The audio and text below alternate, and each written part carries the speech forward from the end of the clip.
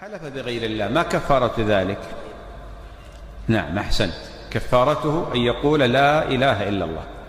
فقد جاء في الحديث الصحيح من حديث أبي هريرة رضي الله عنه أن النبي صلى الله عليه وسلم قال: من حلف فقال واللات والعزى فليقل لا إله إلا الله، ومن قال لصاحبه تعالى أقامرك فليتصدق.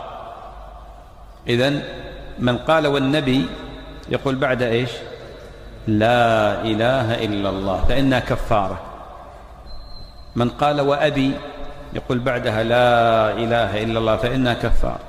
وللأسف أحوال الناس عجيبة، يعني منهم من يقسم بالشنب يقول وشنبي، يقول وشنبي. منهم من يقسم بالشرف يقول وشرفي مثلا. منهم يقول وحياة أمي وحياة أبي. هذا كله حرام ما يجوز. من كان حالفا فليحلف بالله أو ليصمت.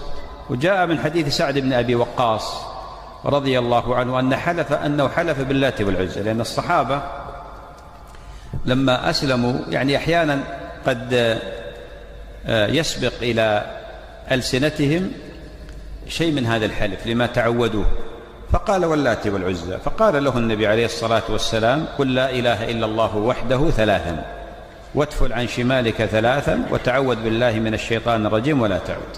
والحديث محل بحث عند أهل العلم من جهة الإسناد. لكن من حلف بغير الله فكفارة ذلك أن يقول لا إله إلا الله